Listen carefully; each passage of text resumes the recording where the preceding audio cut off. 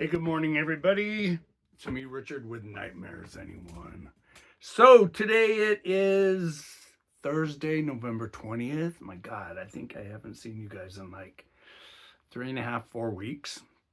I've read 8 books in the last 4 weeks. It might be 9, but in this review, we're going to be talking about 5 of them. Come back after the intro.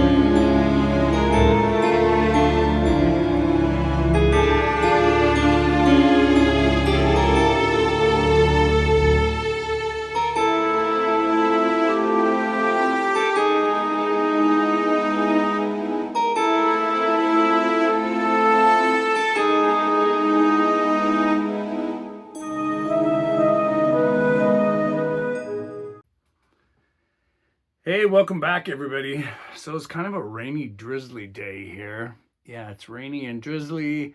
I haven't been around for a while because I've had, the cat's screaming at the door, so you're gonna hear Butter screaming. Sorry, you can't come in. But yeah, I've had 2 deaths. That one was almost a 35-year friendship with a senior lady that so it's just been kind of rough, but I'm going to talk to you guys about 5 books. Were they nightmare reads for me, or were they DNFs, or just totally skip it? So I want to tell you guys, like always, these are my reviews only. These I've been reading horror for, oh my God, 55 years. 55 years I've been reading horror. So, first one we're going to talk about, let me throw on my glasses. Butter, stop! So, the first one I want to talk about is the one I just finished about a week ago. This is Nikki French, The Unheard. Okay, I listened to this audiobook. This was my very first read ever by this author. What do you do when your 3-year-old daughter tells you something and then draws you a disturbing picture in a crayon and tells you, yes, he did kill her? Okay. 3-year-old Poppy comes home from a weekend of visiting her dad, and she tells her mother, yes, he did kill her. And she asks Poppy, what are you talking about? And she shows her the most disturbing picture. And yes, this mother goes on quite the intense, thrilling, wow. This mother does everything she can to find out what is going on at her ex's and his new wife's house, where her ex has shared custody with her daughter. The book was incredible. The book was so well, it was almost nearly perfect storytelling for me. But like I said, before I get into this, these are my reviews only. You might not agree with me, that's fine. You might have loved these books. You might have hated these books if you've read them. So this is just my opinion of the books I'm about to review. So back to this book by Nikki French. I listened to it, and the narration was so great. It was so good. But I'm going to read to you what I said about this book on my Goodreads account. I know a lot of you don't have Goodreads accounts, but I write these down actually when I write these reviews right after I've finished a book so I don't forget them. This is what I wrote. I said, have you ever thought that a 3-year-old child could be telling you something disturbing in a crayon drawing? Nikki French will make you believe it can happen. After spending the weekend with her father and his new wife, 3-year-old Poppy brings home to her mother a crayon drawing, a very disturbing drawing, and tells her mother, yes, he did kill her. A very disturbing drawing. Yes. This begins a tale of suspense and murder that could only be told by the images witnesses in their mind by a child. But the question is, do you believe your child, or is this something that was told to her, possibly a friend or a parent? With this being the first book for me from author Nikki French, and after loving it as much as I did, it will not be my last Nikki French novel. I am currently looking for another by her. Highly recommended for anyone who just loves a great thriller and almost perfect writing. You will never think of chick lit in the same way again. I gave it 4 fast page flips. I love this book. Thought it was great. Highly recommended. So the next book. Butters, come on, stop. He can't come in because he gets into the books. Yeah. The next one that I want to talk to you guys about, I think I was currently reading this when I saw you guys last, but this is the second book. This one came out in September 2025. This is the second book in the American Horrors books. This is James Cain's Devil of the Pines. Oh my God. Okay, yeah, I finished it. I finished this very, very quick. This has a very big reader's guide at the back. The book had 422 pages. The book was incredible. Loved this book. I fucking loved this book. If James Cain, he intends to write 50 of these books, one for every state, an urban legend in each of those states. This book was so damn good. I loved this book. So this book, you know the story that we've all heard of the Jersey Devil. This book takes it in a complete different turn, and wow, James Cain, the man can fucking write. So, Butter, stop! Sorry, you guys, it drives me crazy when he does this. I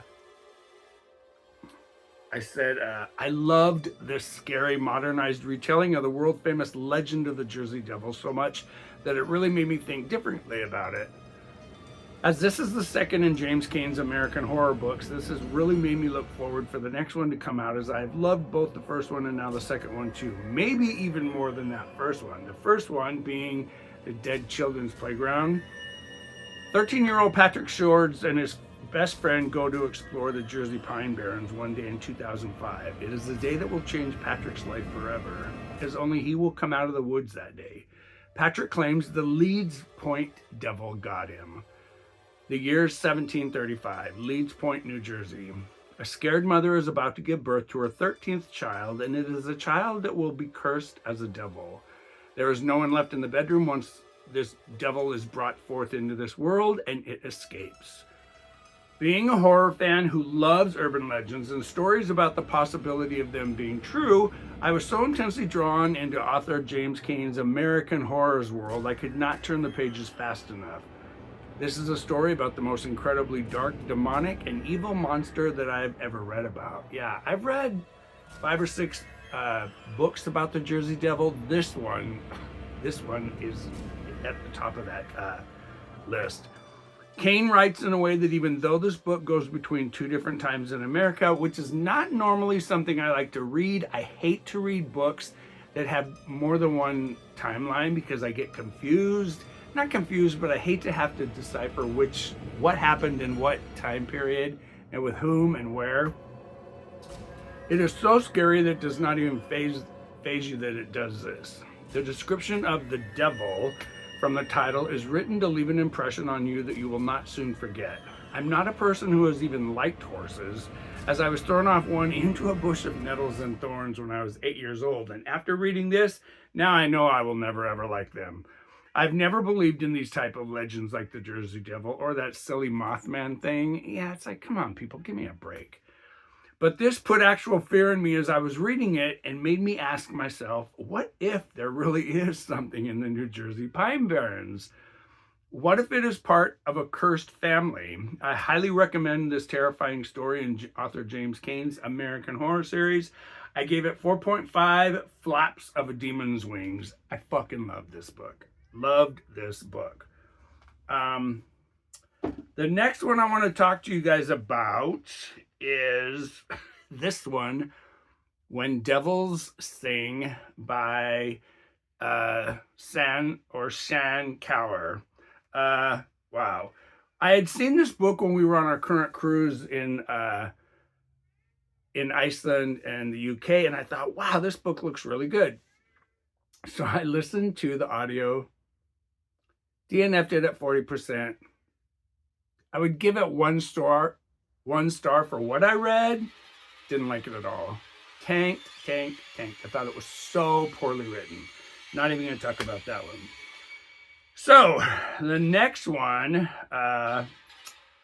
is this. You guys knew I was reading this too. I'm currently I'm reading the second one. This is Nick Roberts' The Exorcist's House.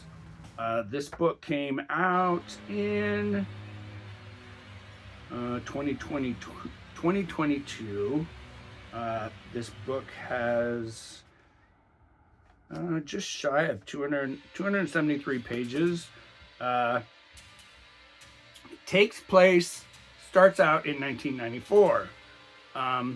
Daniel Hill and his family, his wife and their teenage daughter Alice, they buy a house in an old farmstead, not knowing that the house was currently owned by an exorcist.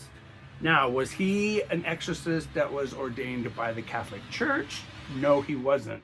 But he did do local stuff in the town where this farm takes place.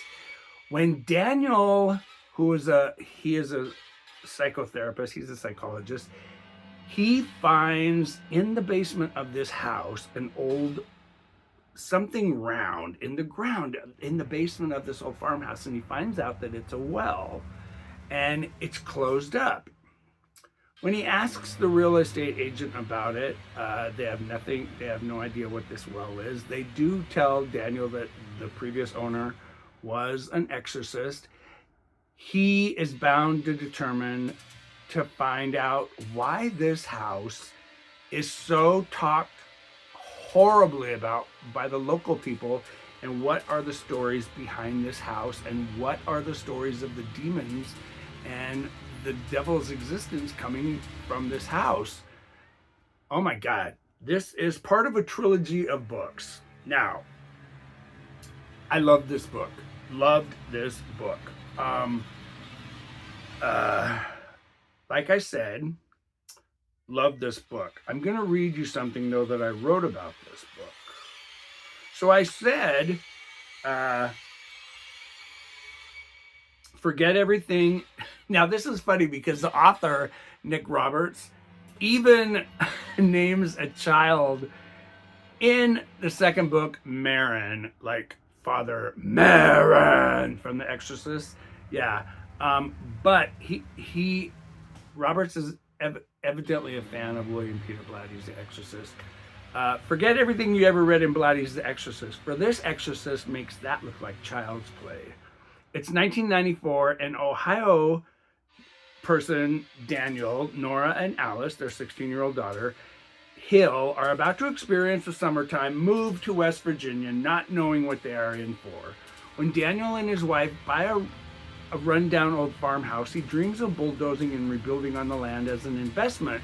But then he finds out that the old house was owned by Merle, an old man who just happened to be an exorcist. And hell is about to break loose, literally. Author Nick Roberts has slowly become one of my new favorite and just creepy authors of horror. And there are many reasons why. The Exorcist House is the first in a 3-book trilogy, and if you decide to read it and find out what is in the Exorcist House, you better be ready for a disturbed, graphic, and very scary new sleep pattern. Or this one could and might just give you creepy sleep dreams. As the book opened, I thought, no, you've got to be kidding me. Come on, Nick. What unfolded in the next 280 pages shocked me in disgusting fun. It's graphic, scary, and very thought-provoking. And with me being a person who does not believe in God or the devil per se, this book made me think that maybe one of them could exist. Highly recommended to anyone with an open mind and lover of horror fiction. Now on to the second book, but this time I'm going to listen to it. Can't wait. 5 graphic, be gone, demons. Yeah, I gave this 5 stars. Butter, stop! I gave this 5 nightmares. It was so good. It was so good.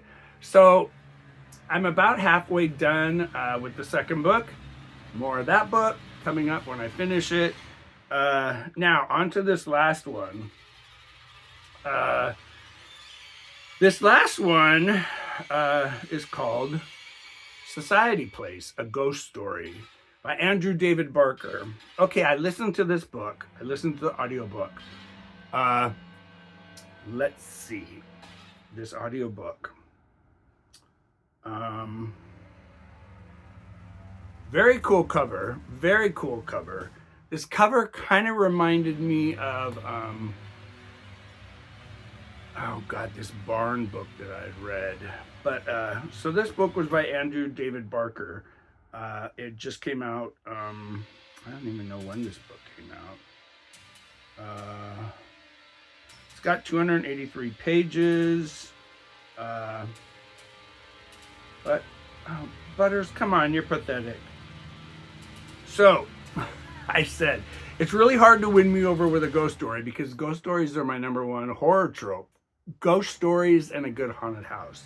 This one was incredible storytelling. This could easily be the only successor for me to Richard Matheson's Hell House. Perfectly told ghost story. It's not gory, graphic, or disgusting, just a phenomenal and good and creepily satisfying true meaning of a ghost story.